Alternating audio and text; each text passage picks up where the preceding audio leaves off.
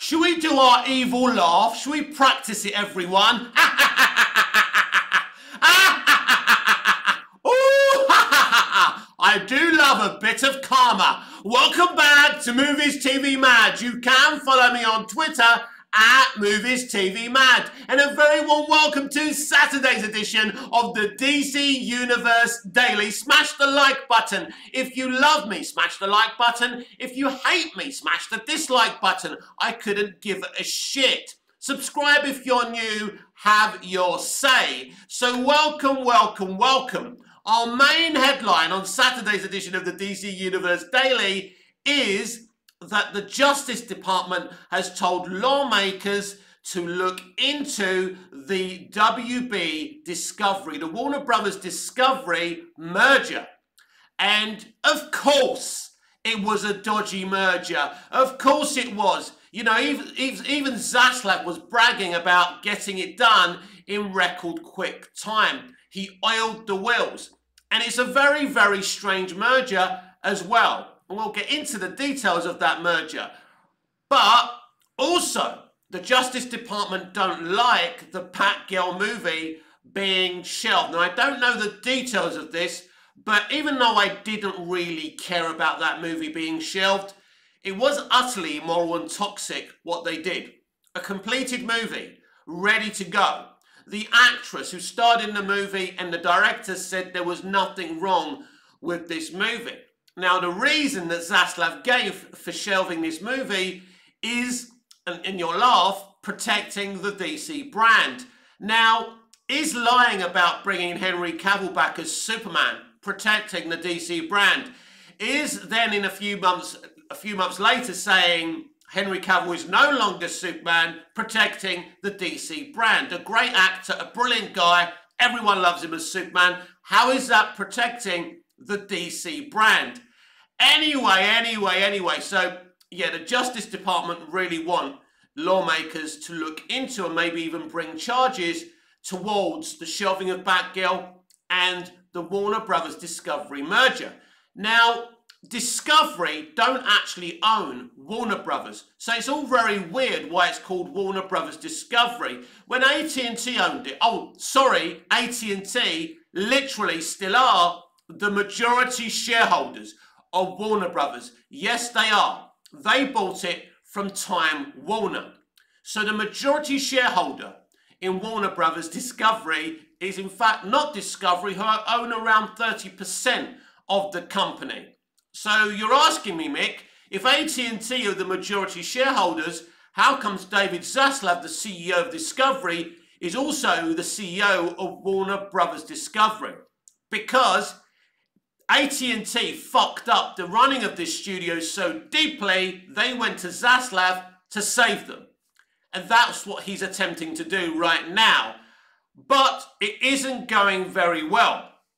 You and me were excited about Zaslav and everything he was saying, but he's another false prophet, just like James Gunn is another false prophet.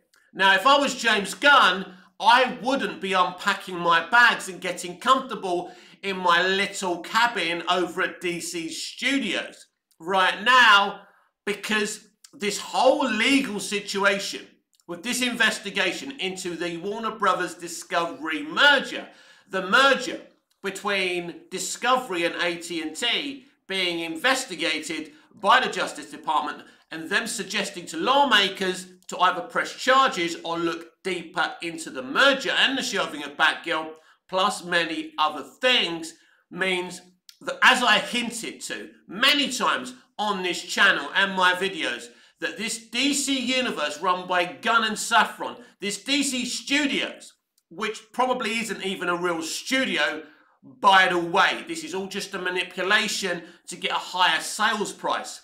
And about that, with all this pressure coming legally, will Zaslav still be able to sell this company next year? Not that he's ever said he wants to sell it, but of course he's not going to admit he wants to sell the company. Maybe he'll try and sell it in a rush now. So what are the legal ramifications of, the Justice Department telling lawmakers to look into this merger? Well, listen, I don't know much about American law because they're a bunch of fucking cowboys. They make it up as they go along. But it's just huge for the Justice Department to make these suggestions to lawmakers and to make this public tells you something. It means that, you know, because it's really funny actually when we talk about the old patriarchy who used to run business in many industries around the world. They were corrupt. But unlike these extremists, at least they knew how to get away with being corrupt. These people can't even be corrupt properly. It's absolutely hilarious. So the legal ramifications, I mean, I don't think we're talking about prison time, but who knows? But I think we're definitely looking at some huge fines here. Fines that Warner Brothers Discovery may not even be able to pay when you look at the $3 billion they need to raise, the debt-ridden company that Warner Brothers Discovery is. Now, if these legal issues of this merger are that bad, you know, they may be forced to sell the company, or the Justice Department could actually take ownership of Warner Brothers. They could actually take the company and sell it off. It may not even be allowed to be called Warner Brothers again. It could be damaged that deeply. As I say, I don't know how serious this is, but this has been reported by the Hollywood Reporter and Deadline. So it comes from two good sources. This is a reality. And this is why I keep on saying to you, never to think that the DCU is a dumb thing, that DC Studios is a dumb thing. So this is a bolt out of the blue, because this wasn't part of my plan to talk about this, because I didn't know this was a real situation until I woke up this morning. I was ready to pump my fist and say, oh my God, yes, it's official, right? We're definitely getting a Swamp Thing movie. And you know, what a huge day for a certain director. We'll get into that very, very shortly. But this is huge. This legal situation is huge. You know, the Batgirl thing was always very, very dodgy. And as I said earlier, you know, the whole merger happened very quickly. And it was always very, very weird. The whole situation is very strange. So this is why we're talking about it, because it does connect to DC. Because there's a big fear now, because if lawmakers do press charges on Warner Brothers Discovery, that the whole DC Studios and the DC Universe thing won't be happening. So this is a very serious situation. No, I wouldn't be that upset if James Gunn doesn't get to make his movies. Now, in this moment in time, he is the co-CEO of DC Studios, and he does have huge plans, and we're going to be talking about those plans next. It's a huge time to be James Mangold, the writer-director who wrote and directed Logan. He's got an upcoming Indiana Jones 5 movie, Indiana Jones and the Dial of Destiny. And I think that's the movie that will solidify him or destroy his career. There's no guarantees that movie will make money or it will be any good. And now Disney have announced that this film will be the final ever Indiana Jones movie. Interesting. Will they do a Phoebe Waller-Bridge spin-off? That's not for the DC Universe Daily to discuss.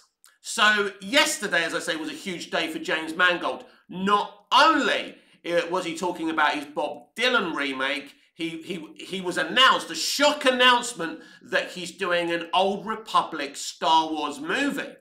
And basically, it's this huge spanning story of how the Star Wars universe began, how the Jedi Order began. For me, it's just Disney rewriting, you know, Star Wars history and trampling on what George Lucas created and his baby. But Mangold is a very, very talented writer-director. And he also announced during his interviews to react to this Star Wars announcement that he's officially writing and directing a Swamp Thing movie. As I just said, for example, if the Dial of Destiny flops, he ain't making no Star Wars movie and he ain't making no Swamp Thing movie. This this reeks of the Patty Jenkins announcement. It really does. Because when her Star Wars movie was announced, like, it was announced officially. It was a big deal. I think it was even announced at Star Wars Celebration. She even did a video about how her dad used to take her up on a plane. Yeah, it was all very emotional and everything. Where's her movie now? Dead. So just because all these Star Wars movies have been announced, it doesn't mean they're ever going to happen. Welcome to creative bankruptcy, to, Hollywood bankruptcy. They're incompetent people. So if Indy 5 flops, it's like the Benioff and Weiss situation, the former showrunners of Game of Thrones. Kennedy was going to let them do a bunch of Star Wars movies. Then she saw season 8 of Game of Thrones, and they were fired immediately because they were just a bunch of hacks with their tracing paper copying the original novels. And when they run out of novels, they did a shit job. And where are they now? Are they even actually working? So, yeah, even though it's been announced that James Mangold will write and direct the Swamp Thing movie, things change. Because in the old days, when you were announced, 30 years ago, if you were announced to write and direct a movie, no matter what your other projects did, you would keep your job. But everything today with these big studios is about money. It's not about the love of the art form anymore. If you want to make films without any pressure, if your movie isn't financially viable, you need to go off to A24 to make indie movies, right? Because that studio's all about the fucking art form that happens to be making money as well. But if you're going to make movies for Warner Brothers or Disney, financially bankrupt companies that are sacking people every day, they're not the two biggest studios in the world. The two biggest studios in the world are Paramount and Universal. I mean, look at that fucking Mario box office. I'm sitting there, every time I'm reading these box office reports, I'm thinking of poor Grace Randolph pulling out her hair. It's fucking beautiful. It's great. And I've been to see Mario a few times already. What a fucking movie. What a success story. And sorry, IGN, you say it's not for adults. It's for anyone who wants to go and fucking see it. It ain't just kids sitting there enjoying that movie. What a beautiful movie. And it's not just for fans of Mario. It's for anyone. It's a great movie with so much appeal. So, yes, I like James Mangold as a creative. It is exciting to hear that potentially he will write and direct a Swamp Thing movie. And James Gunn announced that he wanted to give James Mangold his dream project. Now, there's a few roadblocks ahead. Obviously, we've just spoken about the Justice Department's investigation into the Warner Brothers Discovery merger, which is a big, big roadblock. No question about that. But there's another one, because he also conceded that he's writing the Star Wars Old Republic movie and the Swamp Thing movie at the same time. For me, this is truly concerning. How can you write two scripts at the same time? How can they be coherent? How can you be doing your best work? This is very, very concerning. He also concedes he doesn't know which movie he's going to do first. Now, I'm hearing that James Gunn is planning for The Authority to be released in 2026. So that's interesting. So that'll be a year after Superman Legacy. All big plans, but will they ever happen? Who knows? I'm not saying they won't happen. I'm just saying there's no guarantees anymore. Everything in this industry is up in the air and things change so often. They tell you one thing and do another. A bit like bringing Henry Cavill back, right? We thought that was solid. We thought that was a definite until it wasn't. So you can't trust this fucking industry. You can't trust Warner Brothers and you can't trust Disney. So yes, I'm very, very dubious. Red flags in him writing both movies at the same time. So the Swamp Thing movie may not happen till what, 2028 or something, right? Because if he does the Old Republic movie first, that's going to take a lot of time. That's a bigger project because it's in the Star Wars universe. And, you know, the Swamp Thing movie, which apparently is a dream project for him as well, you know, I'm sure the Star Wars project is also a dream project. Both Star Wars and DC would be wet dreams of mine. If I got to write and direct two movies in those universes, I'd be more than happy. So it'll be interesting to see what happens here, what he does first, but I don't like the idea of him writing 2 movies at the same time. It's not a good idea. I'm a writer myself, and I've tried doing that shit before on smaller projects, like the plays that I write. It doesn't work. You can't do it. You can't write 2 fucking things at the right time because your headspace will be going fucking insane. Now, I can multitask, and maybe James can also multitask, but writing 2 huge movies at the same time, I mean, come on, everyone. If you don't see red flags there, then maybe you're colorblind or something. So that is hugely concerning. But the news that he's writing and directing a Swamp Thing movie is really, really exciting. And it will excite many, many fans because Swamp Thing's a character that hasn't really been tapped into in live action. Only we had 1 series, which was a very, very good series, and we were shocked to our core when that series was cancelled. What was going on? Did they know Gunn was coming in? Did they know that Mangold was going to do the movie? Even back then, it was a shock cancellation because viewers were very good. And the fans were deeply, deeply upset about this. It's no different to the Henry Cavill situation. These people cannot be, as I keep on saying, these people cannot be trusted. They say one thing and do the other all the time. But apparently we are getting a James Mangold written and directed Swamp Thing movie. And if we do get to see it, I'm sure it'll be a very, very awesome movie because Swamp Thing is one of my favourite DC characters. He really is a great character. And there's so many wonderful things you can do with this character. And of course, he's from the Justice League Dark Universe. Does this mean that James Mangold may not just be heralding a Swamp Thing movie, but maybe he'll take control of the Justice League Dark Universe? A universe originally, before Gunn and Safran were brought in to helm DC Studios, that was J.J. Abrams' remit. He was going to do loads of Justice League Dark character shows. He was going to do a Justice League Dark series or movie. He was going to do a Zatanna series as well. None of that is happening. Again, they say one thing and do another. You don't know where you are.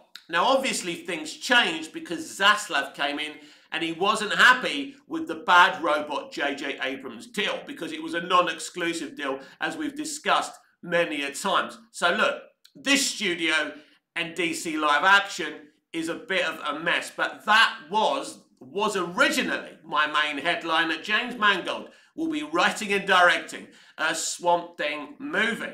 Now, there's been a bit of controversy because out of nowhere, we're hearing news about how much money Matt Reeves' The Batman made, and it apparently was about 170 million. Now, this movie made around 770 million. So, I don't know about profitability in movies and how much movies actually make. Now, obviously, $170 million is a lot of money to you and me. Now, this movie was released during the COVID pandemic.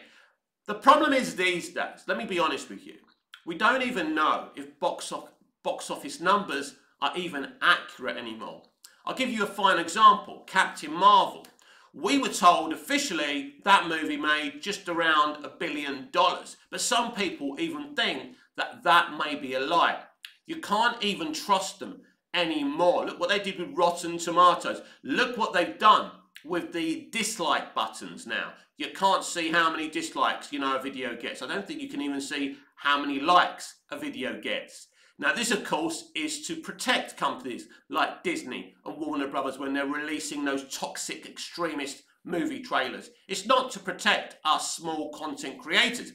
Now, YouTube's official line is it's to protect people like me, really small YouTubers, but it's not. They couldn't care less about people like me because YouTube don't make any money out of me because hardly anyone watches my videos. I'm just being honest, right? I'm talking to myself here. I'm talking probably to about 4 or 5 good people who continue to support me.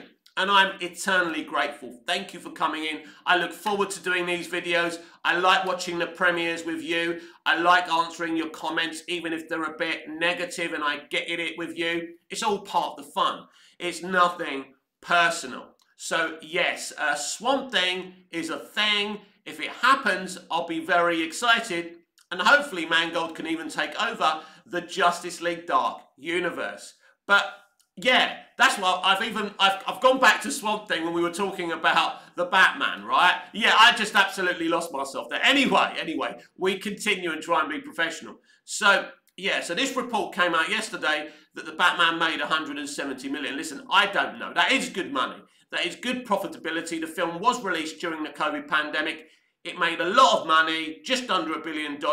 It's good. You can spin it any way you want. This movie was highly profitable. It made a lot of money, but I don't know where this report has come from. It doesn't really make any sense. I would say that the Batman made a bigger profit than 170 million. Rumours about Superman Legacy and Superman's age in Superman Legacy continue to persist. Now, there's a new report insisting that Superman will be around 19, 20 years old in Superman Legacy. Now, James Gunn has said so many different things. As he always does, you don't know where you really are with this situation. Now, he said he could be any age, right? Up to 30. So, I don't know how true it is. Also, this funny report also says that Lois Lane and Lex Luthor and Jimmy Olsen will be in this movie. No shit, Sherlock. I mean, you'd expect them to be in this movie. Now, Jimmy Olsen didn't play a big role in the Snyderverse. He certainly wasn't in Man of Steel. And the version of Jimmy Olsen we saw in BVS probably isn't even Jimmy Olsen. That was probably just an alias anyway. So, yeah. And so, look, I don't know about this, to be honest with you, the whole age of Superman, if he's going to be a really, really young Superman. But we don't really know what James Gunn is planning here. In other DC Studios news, they're looking to add a bigger slate. They're looking to make bigger announcements about the rest of the Gods and Monsters slate. Apparently, there's still another 26 pieces of content from Gods and Monsters to announce. Now, that is a lot. Now, of course, this is all part of a 10-year plan. So, Gods and Monsters, the first chapter probably has to run for around not 5 years in making it, but 5 years worth of content. So that's interesting. So there'll be content every year. So what you're looking at is really a plan from 2025 to 2035. So basically you will be looking at, part one of Gods and Monsters going from 2025 to 2030, should I say. And then part two of Gods and Monsters from 2030 to 2035. But that's a lot of content. I'm assuming most of it isn't cinematic content either, but is streaming, because they still think streaming can be a win for them. But I'm telling you that streaming is dead. There is absolutely no profitability in streaming anymore, as people constantly are unsubscribing from HBO Max and Disney Plus, Netflix and Prime Video. Why? Because there's a cost of living crisis. But it's not just that. Basically, the pandemic showed people there is a lack of quality on streaming, and they may as well go out and buy DVDs and Blu-rays of classic shows that had better quality in them. And that's what people are doing now. People are walking away from streaming. Who can afford? I want you to just think about this. There's Netflix, there's Disney Plus, there's HBO Max, there's Apple TV, right? There's Prime Video. There's Now TV if you live in the UK. There's lots of different, that's just 6. And there's a lot more. So it's insane. There's so many of them. So who can afford all those platforms? Nobody can, unless you're very, very wealthy. And ordinary working class people are the people you make your money from. And they can't afford this. But who can? Even prior to the Ukraine war or the cost of living crisis or the recession around the world right now. Who could afford that anyway? This was never going to work. It's like when we're in the UK and they had Sky TV, Virgin TV, this one, that one. You know, how many subscriptions can people be expected to pay for? So yes, that's 25 pieces of content still to be announced by James Gunn and DC Studios for the brand new DC Universe plan. Will this plan ever actually happen? Will we actually see this stuff on our screens? What do you think the #1 rule is in consumer business? #1, talk to your customers with respect. The customer is always right. And even if the customer annoys you, never ever be rude or sarcastic to customers. I learned this in my younger years working in retails and shop work. And I was that far away from arguing with customers, but I understood if I disrespect where the money comes from, I'd be out of a job. The company I work for will close down or I'd be fired. James Gunn isn't the smartest sandwich in the picnic because he was very sarcastic to a DC fan. So James Gunn had made a post or whatever. So a fan went, "I miss Henry Cavill," or he tagged James Gunn. James Gunn responds by saying he still exists. Being sarcastic, saying that Henry Cavill is a real life person out there. Now, basically, Gunn should have just ignored this. We know that Henry Cavill Superman fans are always tagging James Gunn and Snyder fans are always tagging James Gunn. And I'm sure it gets annoying, but this is why you're in this privileged position, James, to take a step back. You made a very big controversial decision if it was actually your decision in the first place. And after a few months of Henry Cavill being announced as Superman and even publicly saying that he wanted to talk to you about his future as Superman, well, he did talk to you and you fired him. It doesn't matter if he didn't have a contract. He was the last guy to play Superman and you decided you didn't want him to play Superman. That is what being fired means. Check your fucking dictionary. And if it doesn't mean that, that's what it means to me. And it's my show and it's my channel and I'll say whatever I want. So, you know, being sarcastic to Henry Cavill's fans, DC fans, these are fans you need to win over. They don't understand, you know, because if his franchise ever actually happens, right, he's going to need people like this to watch Superman Legacy. But this is the industry now. They talk to people like shit. They blatantly hate their own customers. They probably always hated their own customers, but in the past, they pretended to love us. These people, these extremists, just don't have the intellect to know when to keep their mouth shut. It's not a good look. He was rude. Yeah, a customer can be rude to you. They always talk about toxic fandom. Well, customers and fans are allowed to be toxic to you. That's what makes them your lord and masters, your bosses, because without the customer, there's no need for reviews, there's no need for TV, there's no need for movies, there's no need for you. You might as well just be making fan fiction, right? Which a lot of you are making today, and I wouldn't even call it fan fiction, I would call it extremist propaganda. But, you know, once you start being rude to the money, to the customer, you know, would you go into the boardroom while David Zaslav is having an investor meeting and start being disrespectful to the investors? No, there's no difference because the fans are also investors in Warner Brothers Discovery, DC Studios, and the shit you're making. You won't be able to be making Superman Legacy with the huge budget it's going to get. At least I hope there's going to be a big budget available for you, James, if it wasn't for us, your customer, your biggest investor. You people have got to start, you know, screwing your heads in because we are running the show. Without us, there's nothing. You think it's all about Access Media and the critics. Well, let's look again. Let's talk about the Mario movie. And I know this is a DC video, but I'm so hyped about the success of Mario because it's funny.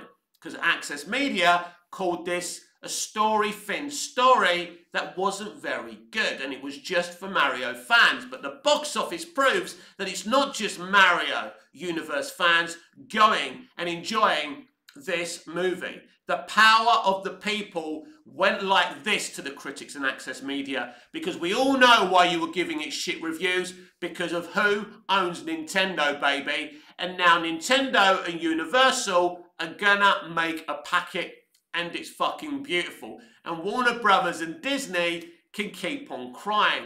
But being rude to fans is unacceptable. Have you heard anyone, from the Mario movie crying about the bad reviews? Let's look at it actually very quickly. During the release of Shazam, build up of Shazam Fury of the Gods, the reviews came in, Levi, David Sandberg, all these people, right? Rachel Zegler were being arse butthurt about the bad reviews. Name me one person who made the Mario movie, involved in the Mario movie, ever reacted to those reviews. I mean, probably because they knew the movie was going to make a packet. But still, the way they've conducted themselves is the right way. You allow people to form opinions about your work. That is the role of the artist, and the role of the consumer and the critics is to deliver their opinions. Whether they're genuine opinions, whether there's an agenda there, it doesn't matter. You've got to keep your mouth shut, as Zack Snyder did so beautifully. I mean, they were even bringing his deceased daughter into the argument at times. It was disgusting. Zack never responded once.